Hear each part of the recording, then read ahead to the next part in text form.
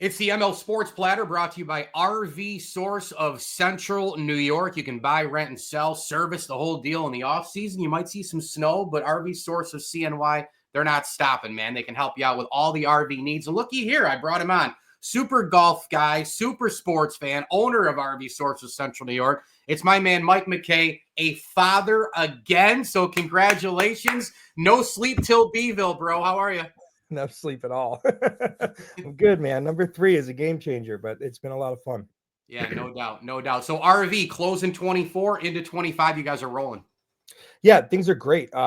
We had a much bigger 2024 than we were anticipating, and we are not stopping. We are setting our sights high for 2025, launching our own YouTube channel here in the next week. Love it.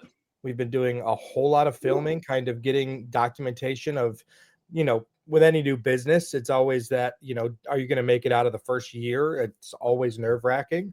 But now that it looks like we are set up for long-term success, we kind of want to tell the story of who we are and what we do and why people should come buy, service, rent, sell from us. And I think our new content platform is going to, it's going to highlight those things. So we've been working really hard on it. We've been working at it for the last few months. We hired some full-time video people and some full-time content creators, and I think it's going to be a really, really big 2025. We're aiming to sell 100 RVs in 2025.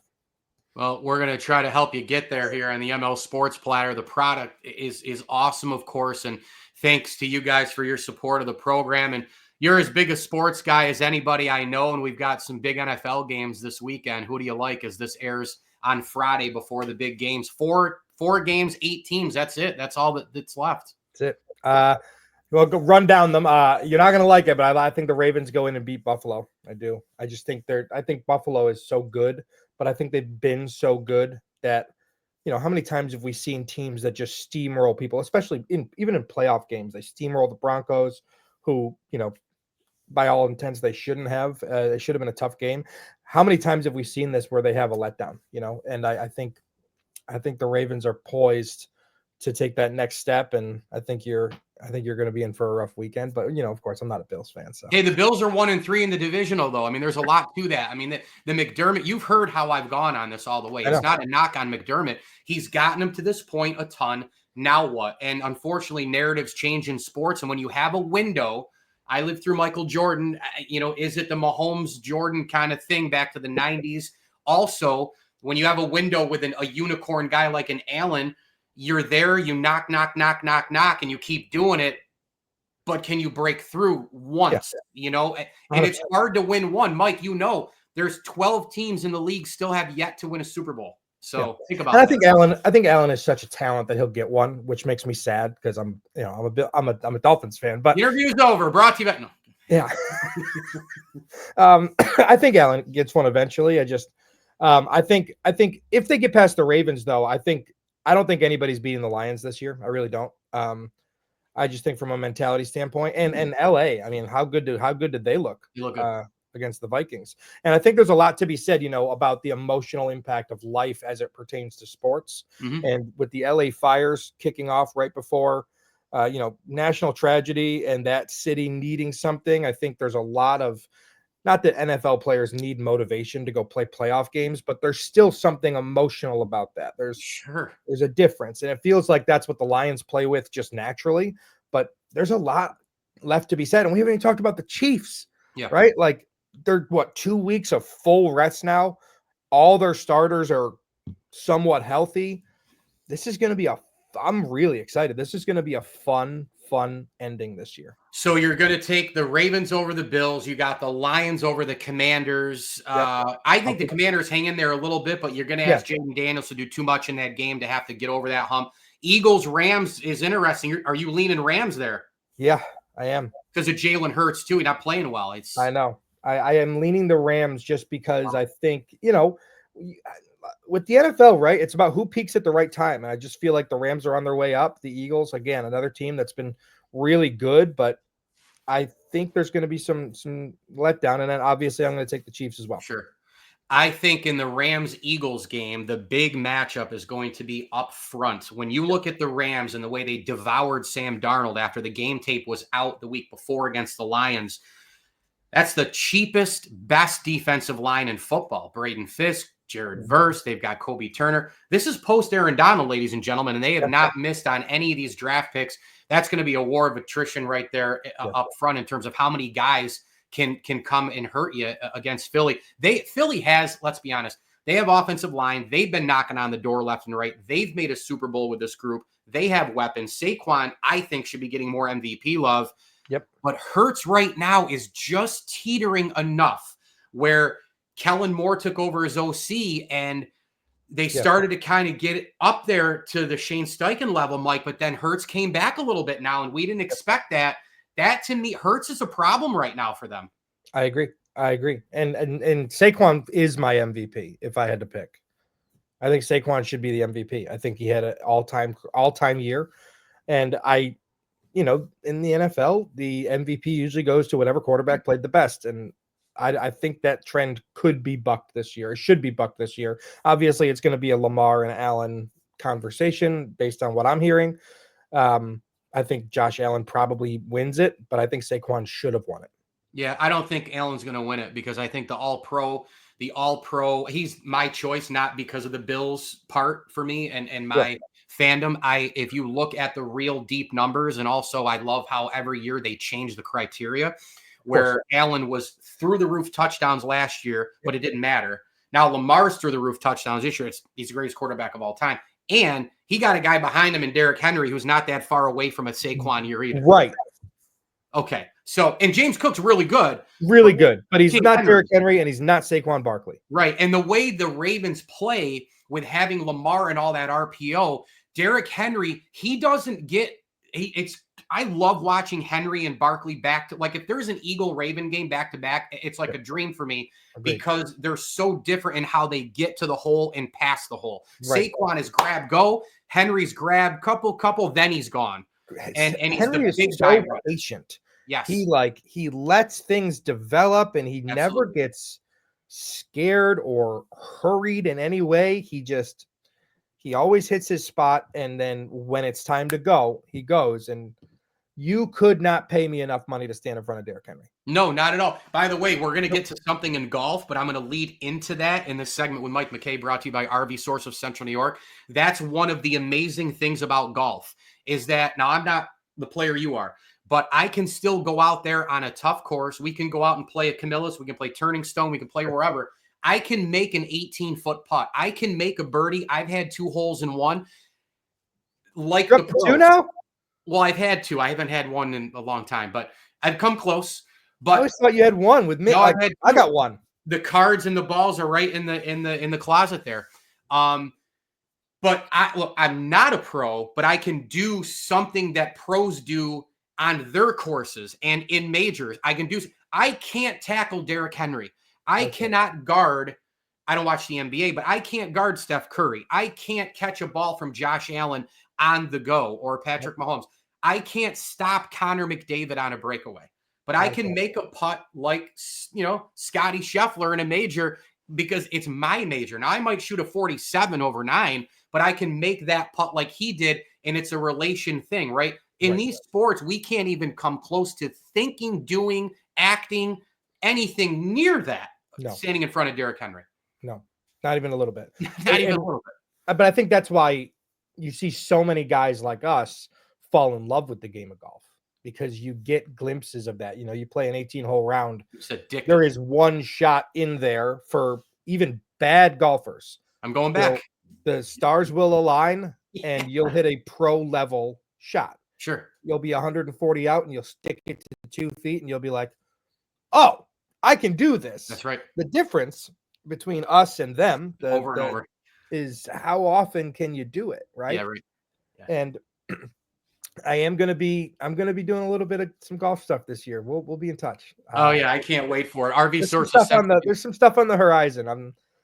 Part of my 2025 New Year's resolution is to increase our, not just from the business, but for myself, is to increase some social presence in, I have a unique life. I have a really unique life. I am a CEO, and I also have a vast number of interests that I have put my 10,000 hours in because I have an addictive personality. And whether it's golf or fishing or poker or music. I don't do things without jumping in 2 feet forward. So I have like I said, I have a lot of different circles that I hang out with in these areas, and my goal for 2025 is to build out some some some social stuff. And I'm being cagey because there's going to be some stuff that I'm going to be announcing soon. So I it's gonna can't be good. wait. I'll be there along for the ride. He's also addicted to being a P1 listener of the ML Sports Platter. RV Yeah. Sources, Central New York, bringing it to you here. Mike McKay is our guest. Golf. You have a question for me for this year. I have one for you. Hit me. At what point do we start talking about Scotty Scheffler as an all-time great? Well, I think if he wins a couple more, I think he's there major wise. And I say that because, when you look at Tiger, it's been a lot of the Tiger Scheffler this past year, right? Scheffler, for me, had an amazing year. I mean, we know about the major, the Olympics, fine. But in order to get into a Tiger class, you got to start winning multiple majors. And whether that's fair or unfair, I don't really care. There's only a select amount of athletes, men and women all time, who are in that tier. And it's okay. You can be a Hall of Famer and you can be elite and you can still not be Tiger or Michael Jordan or name the next person. But in order to have Tiger type years, you got to win multiple majors, number one. Number two, to be an all-time great. I actually happen to think like a Rory and a Koepka. I mean, the Mickelson, all these kind of guys. I think once you're at that 4-5-ish, the Nick Faldo, that kind of group, 4, 5, 6, 7, and then you start getting crazy, right? You get into the Phil, but then you get into like Watson's got 8. You get into Sorensen, Gary Player, who people forget about, by the way. I think if you get into that, almost 4 or 5, technically you could almost say Spieth is. I mean, he hasn't won in forever, but he's got the majors. Mike, my question has to do with Live Golf, but I'm going to get to that in a minute. This is about the big picture, why even if Live doesn't matter long term, we don't care. Live sits here, we don't really care.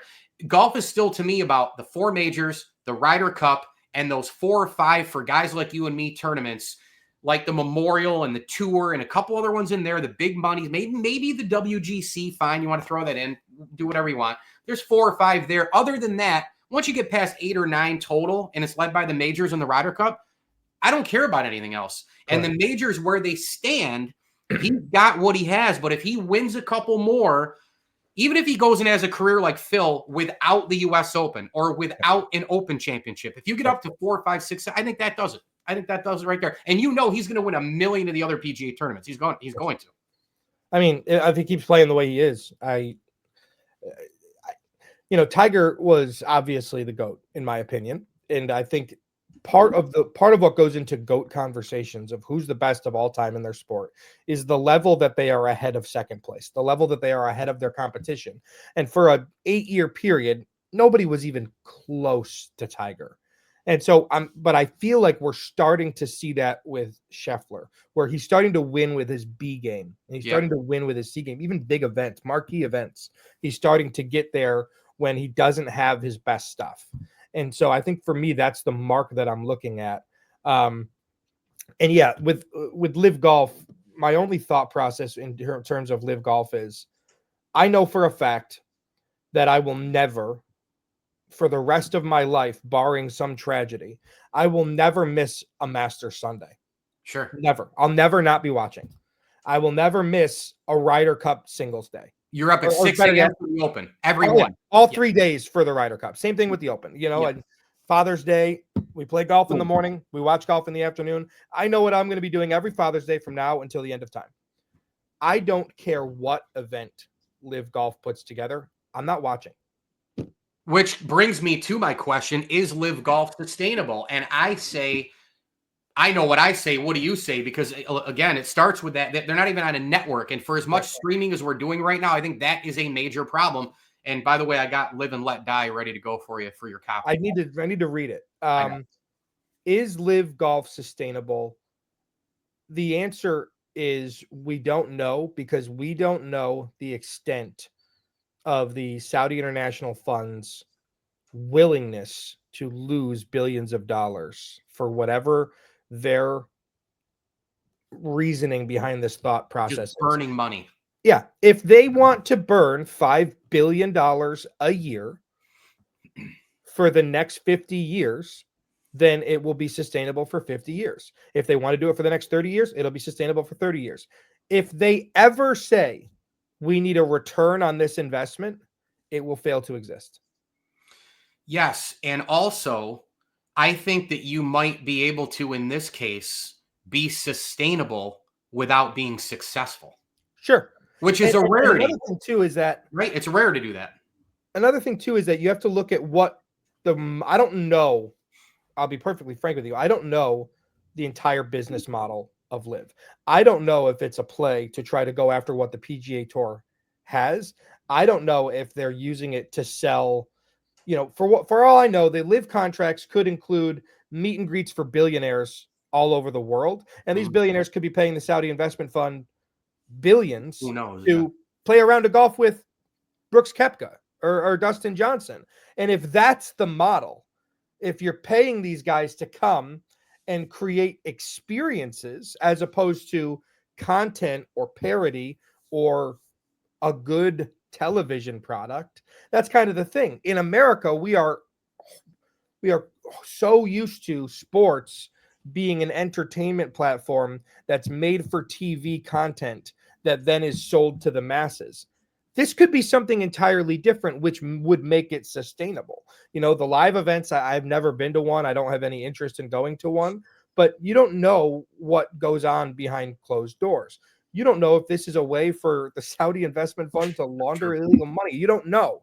And so it's only going to be as sustainable as whatever their business model dictates needs to happen from the investment.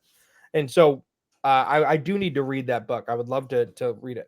If they want to compete against the PGA Tour for TV ratings, I would. I don't like to say never, but I don't think they'll ever do that. I Yeah, and really. I mean, my final thing on Live and PGA is that the two positives to come out of Live Golf, obviously, is that we have three positives. We have more people talking about golf. Correct. Live coming to the forefront made the PGA Tour get better at their own branding, their own players, and that led to the third thing, which is more player empowerment. The problem is I don't really care about the Live product, No, and again, nothing touches the majors and never will, no. and nor should it. And so where are we at here? We just have more golf. We talk about it only when they're fighting. And then when the Live Golf is on, nobody's really talking about anything. That's not a lead for anything. And certainly nobody's going to come off of the Open and go, what's next? Nah, we're not going to talk about Live. It's just not going to do it. It's a topic that starts, you talk Right. quick, argument, it's clickbait, and then it goes away. That's it. People thought that the Live Golf thing was going to cheapen the majors, but I'll be honest with you. I watched the PGA Championship, and I didn't care that Brooks wasn't there. Correct. I didn't care that Bryson. Would I love to see all these guys competing for the top title? Sure, but I don't really care as much as I just want to see whoever's playing the best at the top of the leaderboard. I never get to the Sunday round of a major and go, God, I wish Brooks Koepka was in the mix. Like he's not in the mix because he chose not to be in the mix. Yeah, well, this past PGA was the injury, right? Yeah, because he won at Oak Hill. yeah, But my big thing is as long as they're allowed to play, who cares? That's where I would draw the line. Is if you want to be mad at Liv, you want to be mad at they're going legacy, blah blah blah. You want to call up Jack Nicklaus and get his 2 cents, he'll give them to you. Of course you will. Just let them play in the majors. And by the way, the majors aren't owned by the majors. I know that sounds weird coming out, but right. The PGA Tour of America owns the PGA, right? The Royal and Ancient owns the Open. It's not the USGA owns the US Open, and Augusta owns the Masters. And Augusta National, like the board, they own the Masters, so they can make their own choices. Yeah, Bryce is playing in the Masters this year. Yeah, so as long as everybody's playing in the majors, which they have been, it doesn't matter. But if you take out 4, 5, 6 of these Live guys, and we saw right in the beginning after Live, and that they have won majors, these Live players, you might have a little bit of a problem. The Masters, everything will still get high ratings, we'll still care. But if multiple guys are out, sure, I think we might start to have a problem. In closing, last minute or so, RV Source of Central New York. I'm on the website now, Mike. It's terrific. On-site service, sales, and rentals, and more. As we get through the first month of the year, I'll give you the last word on RV Source of Central New York, and I'll come see you soon too. That's perfect. Obviously, we're covered in snow right now, so everything that we do takes a long time, and it's really tedious and labor intensive. And starting any new business is scary, right? I called my partners almost 2 years ago now, and I told them I wanted to open our own RV dealership, and they told me I was crazy. We didn't have millions of dollars, and that's typically what it takes. You see these mega dealerships, and so we posed a question to ourselves: is it possible to compete with these guys without their budget? And so we've had to be smart about what we buy. We've had to be smart about what we sell, the services we offer, and we have to delay gratification and build a sustainable business from the ground up. And this last year was a proof of concept, and we overperformed and exceeded all of our own expectations by a large margin. There's a buzz. Every day I go into work, I feel more energized. It's January. The phone's ringing off the hook, getting ready for what we are going to be offering this summer. Like I said, we wanted to sell 100 RVs in 2025. The model calls for us to move, a couple a month in the winter months, and then get up to 15 or 20 in the June, July, August, September. We are January 16th. We've already delivered 3 in Perfect. 2025. We got 97 to go. For us, it's just a matter of, executing our business model, but also now we have all these content people who are there every day with us and kind of telling the story about who we are, what we're doing, and highlighting why you should choose an RV Source over a Myers or a Camping World. Those are perfectly fine businesses with a lot of really good people. But I'll give you a quick example. Just last week, I sold a 2022 Forest River Aurora bunkhouse, 33-foot bunkhouse.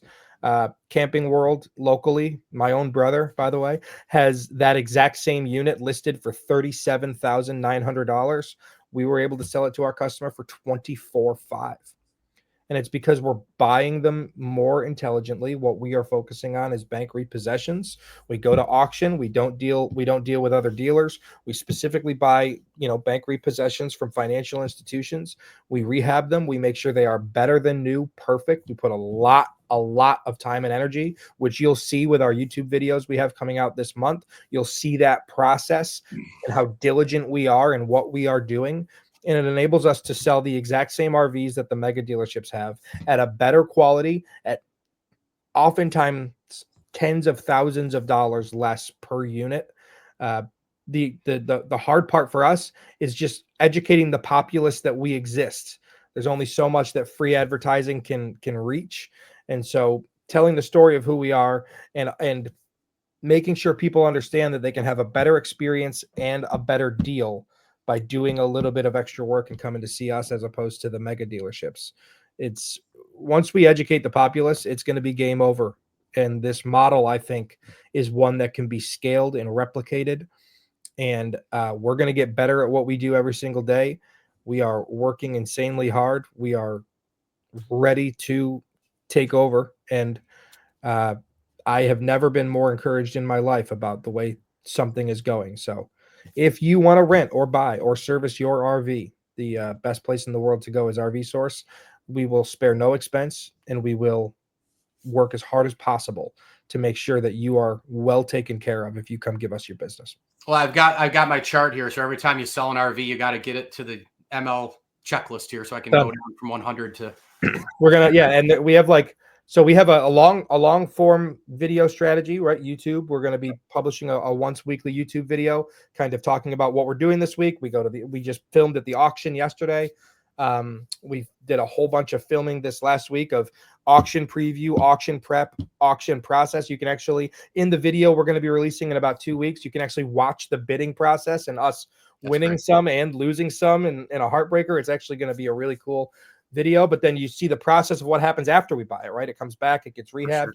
And then there's going to be a lot of short form video. There's going to be a lot of, Instagram, Facebook Reels, TikTok videos where, we can highlight every single deal we make, how the negotiation went, what we paid for the unit, how much we put into it, what we sold it for, the profit margin. We are opening the doors, and we are going to be 100% transparent in everything. You're going to know exactly how much money we made on every single deal, what we're buying them for, what we're selling them for, how much we're renting them for, what our profit margin is, because we want people to be able to, almost as a form of entertainment, get involved and root for a small business that's going up against not just one Goliath. There are 9 mega dealerships within 40 miles of our little dealership.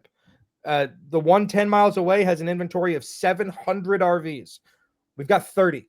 But I guarantee you'll have a better experience buying one of our 30. And if we don't have what you're looking for, tell us what you're looking for, and I will go find it somewhere nationwide and save you thousands and thousands and thousands of dollars and give you an RV that you will have no problems with, guaranteed.